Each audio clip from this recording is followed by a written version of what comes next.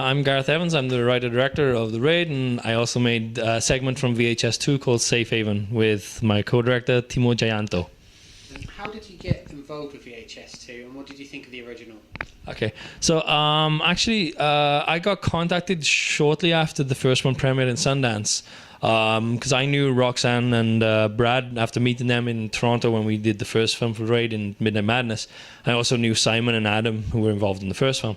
And they were talking about doing a sequel because I think they just had like a really good reaction from the crowd in Sundance. And then they just said like, oh, we really want to do part 2 and we want you to do something out in Indonesia.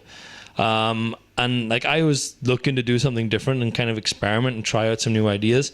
But I was very kind of nervous because, you know, I was more for the action rather than horror at that time. And they'd also contacted Timo, who's been like a friend of mine in Indonesia for the last 6 years. Like we watch the same movies together. Like we help each other out all the time with each other's storylines for our other feature films. And we'd always been looking for something to collaborate on.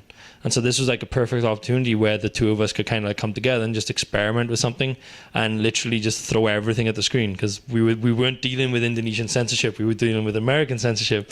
A little bit more liberty, a little bit more like freedom to kind of express. So it was just like a great opportunity for us to just like say, oh, fuck it, let's just go for it and see what we can come up with. Yeah. And so what is your segment in the film actually about?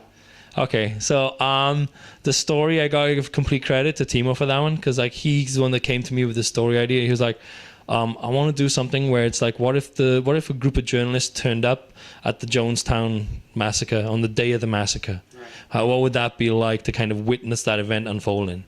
And like, you know, he knew a lot about the Jonestown massacre, and I didn't know too much about it. And he started like telling me about it, telling me about what happened, like with the Kool-Aid and stuff like that. And then he played me this like audio clip, which was from the actual massacre itself. And I got to hear like, you know, the leader of it, Jim Jones, like telling his followers that they should, like, this is their time to give up their lives. And you hear like, you know, kids in the background crying and stuff, and then being told to calm down and relax and it's okay, and this is their call in. And honestly, it was the fucking freakiest thing I'd ever heard. Like, I think I turned it off. I was a bit of a pussy, actually. I turned it off before we finished it because I just couldn't take it anymore. And like that was kind of like the early discussions. And I was like, look, I really like this concept. I really think it's strong. And I think it works really well, that idea of being thrust into that environment at that time. But like my concern was this. We got like 20, 30 minutes. I don't want it to be about like pain. I don't want it to be about like real suffering, which is what that clip gave me, you know. If we're going to do this, it's got to be in the spirit of it being like a roller coaster ride. So how do we kind of take this very aggressive, dark subject matter and make it out into like a roller coaster, give it like something which is kind of like entertaining about it, for want of a better word. And the element that we come up with is the idea of like, okay, well, what if these whack jobs, these fucking guys that believe in this idea that there's a higher calling, that believe that they know how to unlock the gates of hell. Like we started discussing about this idea of the occult. So we started getting more into the sort of like satanic side of it, like paganism and shit like that. We started thinking like, what if one of those guys just happens to be right? And like he finds a way to actually do that. And then this is the day that we join them. So by adding that supernatural element to it, it meant that we could inject more, like, I hate to say the word fun, but like we got to kind of take away some of that aggressiveness there. We got to kind of take away some of the sort of like the darker side of the subject matter away and make it like a thrill ride then, that the audience gets to experience firsthand then. And did having a shorter narrative give you different challenges as a filmmaker? Yeah, I mean, you could argue that we broke those rules because ours is about 30 minutes long, so it doesn't really fit the remit of a short film. It's longer than a television episode, but you know, yeah, I mean, there's challenges. Like, I mean, we felt like strongly that we wanted to get to know our main characters first. We wanted to get to know this world first. And it was important for us to do like an introductory thing first, where we kind of get a full sense of the geography of the commune, so that, you know, we get to see it clearly, room by room, corridor by corridor. We get to see how it connects. We see how deep into this place they go, so that when everything goes crazy and everything goes like wild, like, you know how far they are away from escape. You know how far into that place they are. And so, yeah, you can kind of like, you can call upon that knowledge from earlier to help you get through the chaos of watching like a button cam shake around a lot later on in the film. There's loads of great physical effects in the film. Did you also use any CGI? Yeah, this is quite an interesting moment for me and Timo, because like when Timo did his first film Rumadada, which is called Macabre over here, that film, like he did a lot of like physical effects, like a lot of practical effects, whereas when I did The Raid, like a lot of my stuff was CG based, like a lot of it was CG. And so this was a moment where like the two of us were kind of stubborn in our own ways, and we found like a middle ground. So we'd found like a balance so that we would try to do everything we could practically, and then like iron out the creases in post with CG. And so then it kind of meant like that, Timo opened himself up to CG, and then I opened myself up more to practical. I think one of the reasons why I was so reluctant was like I felt like on the two films I did before, I didn't really have great people for like the practical side of things. Like blood effects weren't good, scarring wasn't that good, and I wasn't very happy with the sort of final product. But then we were working with a makeup artist called Sari who worked on Rumadada, and then she ended up working with us on Safe Haven as well. And now she's kind of transformed my whole way of thinking about practical effects. So like I kind of have way more confidence in it. She ended up working on The Raid 2 as well, and worked on Timo's latest film, Killers. And so like she's like, her expertise in makeup then kind of instilled a certain confidence in me. So I knew I could kind of rely on her for a certain degree, and then anything else we just boost up with some CG elements then. Right. And so there's some fantastically creative shots in the film. Did you enjoy shooting entirely in first person? Yes and no. Shooting in first person, it's like it throws up a lot of challenges, especially for what we were trying to do, because like our approach was to find a logical way to keep that first person perspective. It couldn't be like you holding this camera now, like it couldn't be all that shit going on and then you still hold the camera and still give me the perfect framing of everything, So our idea was to kind of have like a certain amount of controlled chaos so that the framing is still good, but it feels natural. And so what we decided to do is have these button cams on the characters. Excuse me, sorry.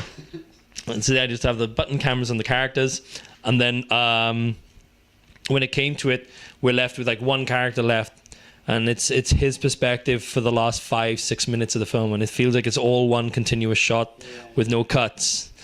Now, in order to do that, obviously it's impossible because we were using 4 different locations for that compound, dotted around in different parts of the city. So, we were looking at, what the creative challenges for there was looking at, okay, well, we need to go from this corridor to this stairwell. We need to go from this stairwell to this entranceway. We need to go from this car in this area to the forest. How do we get all those fucking things to connect? Right. And so we would be looking at the architecture, looking at like, little things like, okay, is there like a tile floor which is similar with the other location? If so, we can come down towards that tile floor and then cut on that movement and then move into the next room. Is there a white wall here? Okay, we might have a little patch of white wall in another location. We can start there. So it's like looking at the architecture between all the locations in pre-production and figuring out where those connective tissue would be. And then figure out, okay, we can join the dots together here. So it was very, very like complicated, very sort of like difficult to kind of get going. That was the sort of like the big challenge. Then that was like an enjoyable challenge. So at least there was something like fulfilling about it. The downside of shooting for first person perspective and doing that POV thing is that by doing those button cams, you're locked to a single lens. So there's no zoom. Right. There's no creative that you can do there really beyond just presenting wherever that frame is. Yeah. So like you can't cut into a close-up. You can't, unless you physically move into that close-up, but then it looks stupid because it's a guy moving. You can't do that. So it's restrictive in terms of that, because there were certain dramatic beats where we would have killed for a close-up shot. We would have killed to get that little detail of a reaction from someone when they feel disappointed or when they feel let down. And so, in a way, it kind of goes against all your sort of like cinema instincts, and kind of you can't tell it that way anymore. You have to rein it in more. Yeah, absolutely. And which horror films inspire you?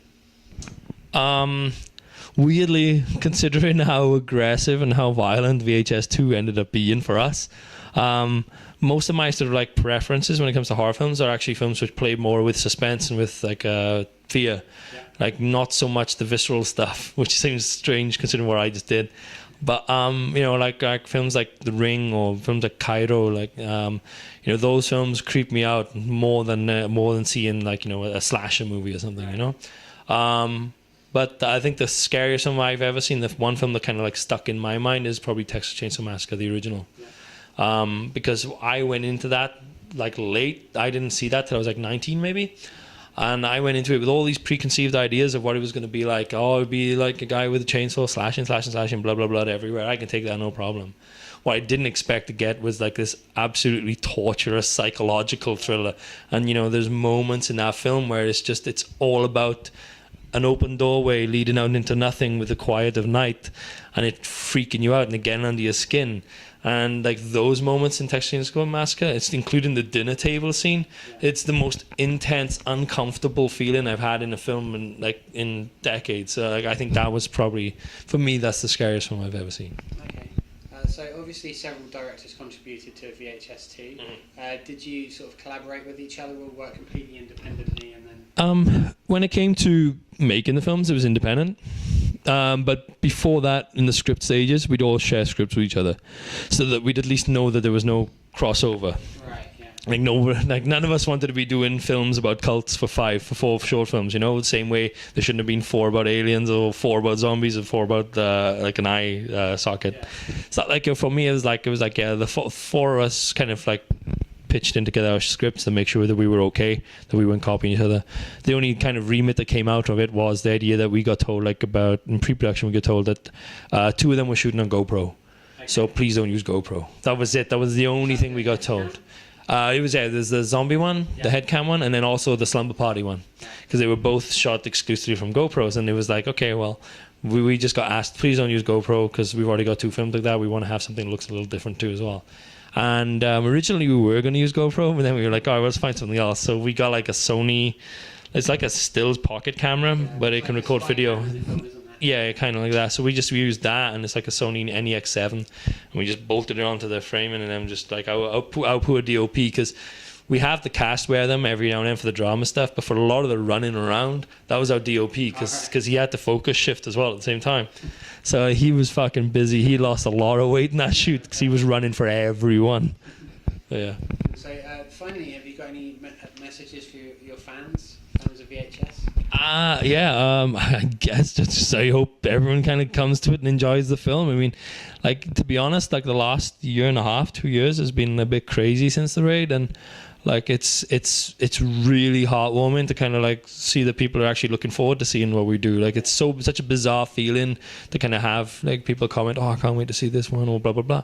So yeah, we just like as long as people are still happy to kind of go along with these little adventures and, you know, make me feel like I'm not that fucked up, that there's other people who have the same kind of taste as me, then that's all good. So I'm just very, very happy for the support. Okay. Thank you for your time. Cheers, thank you very much. Thank you.